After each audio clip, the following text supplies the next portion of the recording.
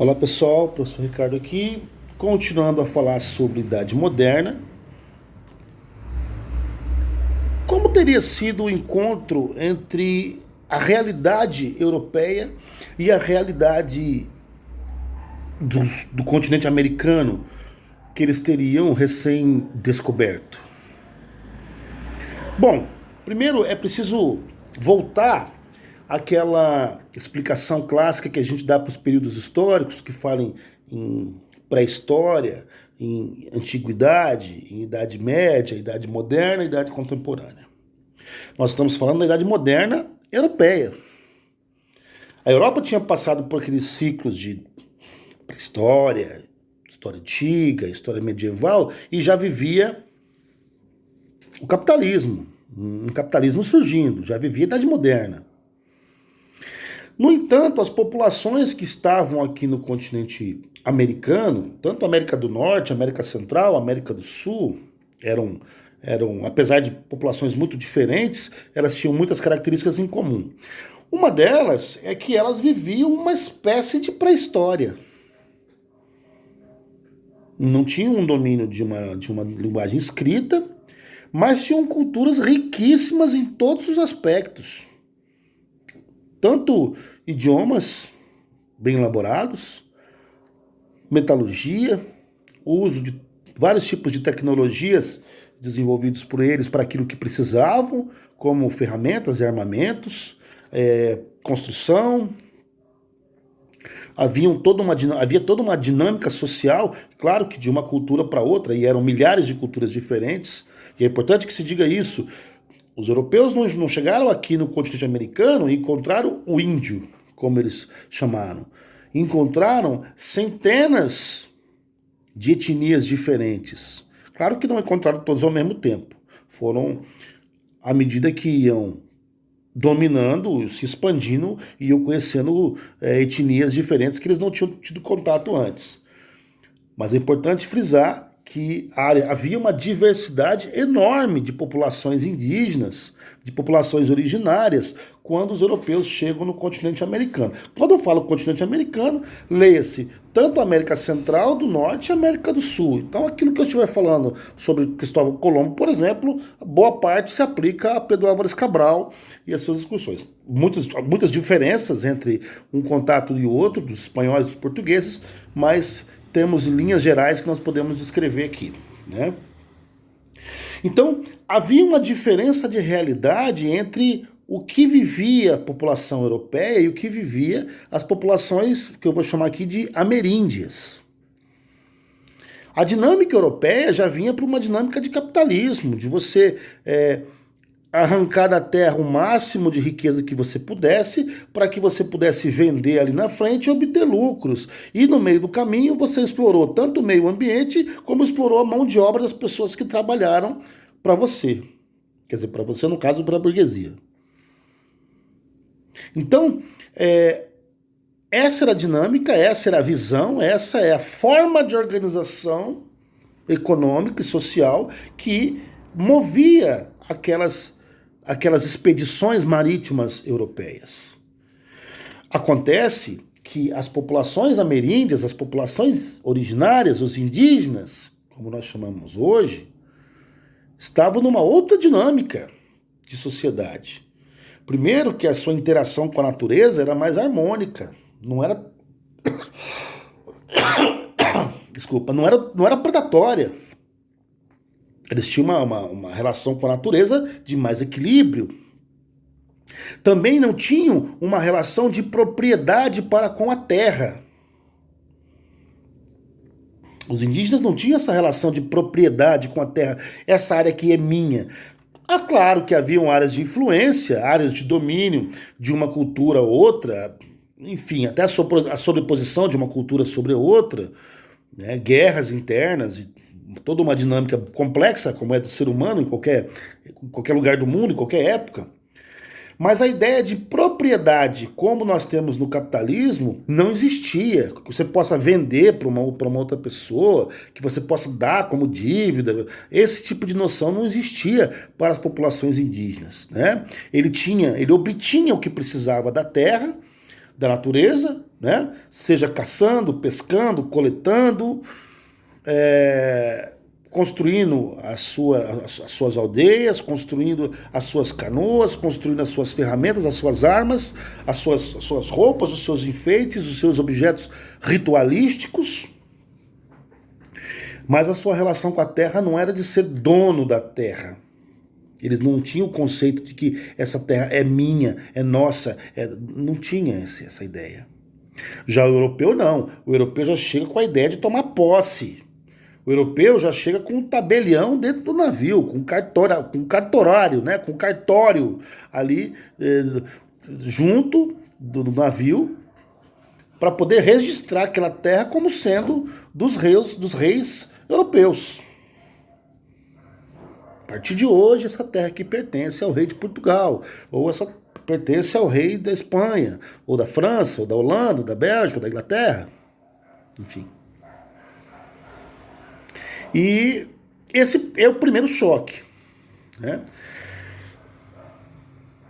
Outro choque que vai acontecer, outra consequência desse encontro de culturas tão diferentes, é que essa cultura capitalista trazida pelo europeu, ela vai sim explorar ao máximo tanto os povos africanos que ela traz como escravos, como vai explorar os povos indígenas também como escravos e como,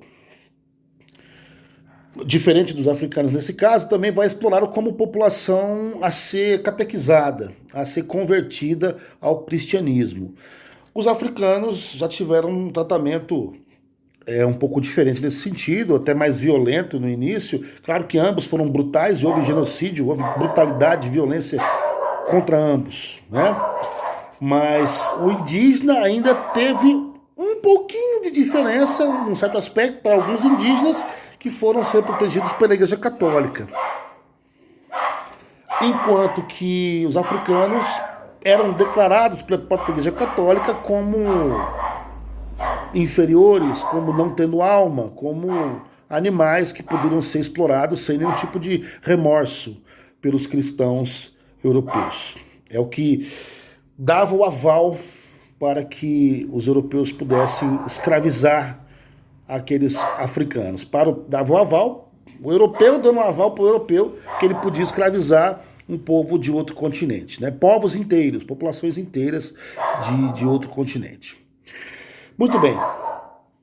Nesse choque de realidades entre a cultura capitalista, pré-capitalista, né? Vamos chamar de pré-capitalista ainda, europeia, que chega, e aquela cultura, do ponto de vista do desenvolvimento das forças de produção, é uma cultura ainda primitiva dos indígenas, mas primitiva no sentido, se você comparar com o capitalismo desenvolvido, com o nível de tecnologias desenvolvidas pelo mundo europeu. Mas se você considerar, por exemplo, em termos de conservação do meio ambiente, de harmonização com o meio ambiente, até mesmo de qualidade de vida, não podemos dizer que os indígenas tinham uma vida inferior ao que tinham os europeus. Esses indígenas não conheciam fome. As doenças com que eles lidavam, eles tinham praticamente solução para tudo. Tudo extraído da natureza. Então eles não tinham riqueza comparado com aquilo que o europeu considerava riqueza. Mas eles tinham uma riqueza fantástica que era não precisar de praticamente mais nada. Mas aí quando chega o europeu querendo arrancar o ouro, que para eles não é tão importante assim.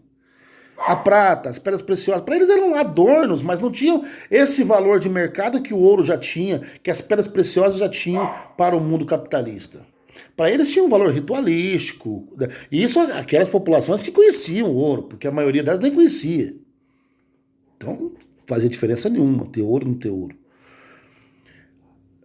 No caso do Brasil, por exemplo, a primeira grande exploração foi de pau-brasil, então houve toda uma devastação de florestas inteiras ali para poder levar madeira para a Europa, madeira caríssima para a Europa, já explorando a mão de obra indígena, já detonando com o meio ambiente que eles tinham aqui.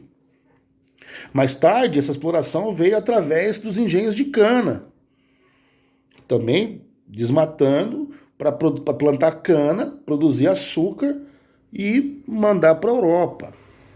Isso tudo no século XVI.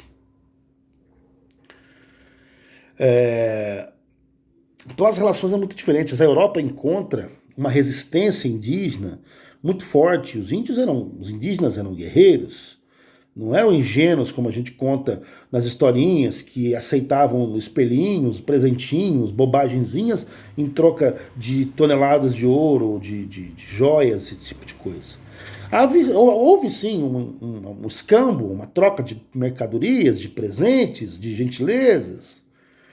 Mas no primeiro momento os indígenas não imaginavam que os europeus iriam explorá-los da maneira como exploraram, a ponto de exterminarem aldeias inteiras para poder ficar com o ouro que estava na região delas. E uma das formas utilizadas era pela guerra biológica. Como guerra biológica no século XVI? Infectando com varíola. Os indígenas não conheciam a varíola, não tinham defesas naturais para a varíola, que os europeus já conheciam, já tinham resistência, mais resistência a ela, enfim, já conviviam há mais tempo. E populações indígenas inteiras foram contaminadas com o vírus da varíola. A partir de roupas contaminadas, roupa de gente que morreu contaminada, presenteava os indígenas com essas roupas contaminadas e depois de uma semana, um mês, tinha um monte de gente doente, morta, enfim, porque não tinham defesas, anticorpos, enfim, defesas naturais para resistir àquela doença. Portanto, uma espécie de guerra biológica já no século XVI.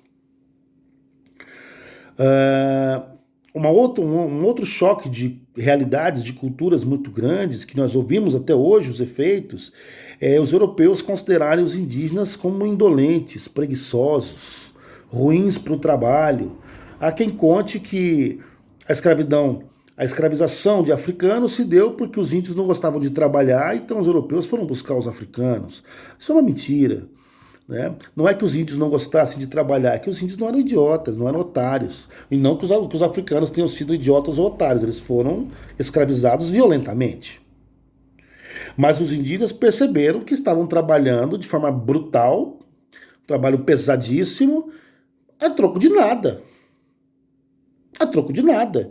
E começaram aos poucos ir deixando de ajudar aqueles europeus, aqueles dominadores, aqueles conquistadores europeus, por questões óbvias, percebendo que eles não estavam tendo vantagem nenhuma nisso, estava estragando a terra deles, estava deteriorando tudo, estava escravizando o seu povo, enfim.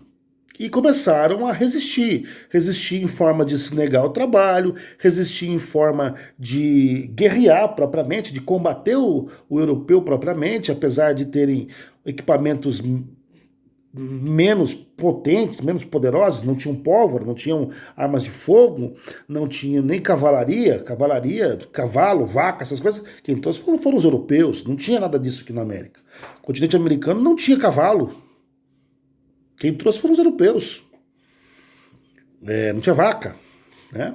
Isso, final do século XV, começo do século XVI, começaram a chegar esses animais junto com os colonizadores espanhóis, portugueses, ingleses, enfim, franceses, enfim, né? Então não é que o indígena fosse preguiçoso, que ele não soubesse trabalhar, é que ele passa a resistir a essa escravização do europeu, se negando a trabalhar, deixando de trabalhar como um idiota, um tolo, e até indo para o confronto direto contra esses europeus. Então eles empreenderam resistência que levou muitos ao extermínio, mas que também garantiu toda uma resistência por parte desses povos originários. Resistência que eles mantêm até hoje, apesar de séculos e séculos de extermínio, de genocídio, de assassinatos, brutalidades, enfim, de todo tipo, né? E fica essa imagem de que o índio é preguiçoso, de que o índio é vagabundo, de que o índio não sei o quê, porque a ideia, comparando aquele ritmo europeu pré-capitalista, ou comparando hoje o ritmo capitalista com o de comunidades ribeirinhas, de aldeias indígenas, enfim, aonde não há essa necessidade dessa correria baseada no relógio, você vai ter um tempo de trabalho diferente, um ritmo de trabalho diferente. É como se eu dissesse para vocês, você pode ter tudo que você tem, que você quer conquistar, trabalhando só quando você precisa. buscando na natureza ali quando você precisar, do que você precisar. Ao invés disso, você trabalhar todos os dias, o dia inteiro, 7 dias por semana, 6 dias por semana, 5 dias por semana, para ter menos do que você precisa. Né? Então, se você tivesse que escolher entre ter tudo que você precisa trabalhando só quando você realmente precisar, de vez em quando, ou trabalhar o dia inteiro, todo dia, e mesmo assim não ter nem tempo, nem as coisas que você precisa, qualquer um de nós faria essa escolha sem muito pensar. Né? Mas comparando a cultura capitalista com culturas mais originais, mas vamos chamar de primitivas, mas não no sentido de serem atrasadas, mas no sentido de serem originais. Nós vamos perceber que são valores diferentes em tempos diferentes. É claro que não dá para você trazer essa realidade hoje e querer ter os confortos, as comodidades do mundo capitalista. Por outro lado, o mundo capitalista ele traz, além desses confortos e comodidades e tecnologias, etc., ele traz também a exploração do seu trabalho, ele traz também toda uma exigência para que você se mantenha trabalhando a maior parte da sua vida e que a maior parte das coisas que você produz, que você virá a produzir, não ficarão para você, serão transmitidas, serão repassadas para uma outra pessoa. No caso, o dono do meio de produção, que é o que nós chamamos de capitalista ou burguês. Lembrando que a Idade Moderna é a preparação da sociedade para os tempos em que nós estamos vivendo. Ok? Até a próxima. Até o próximo vídeo e a gente continua esse papo.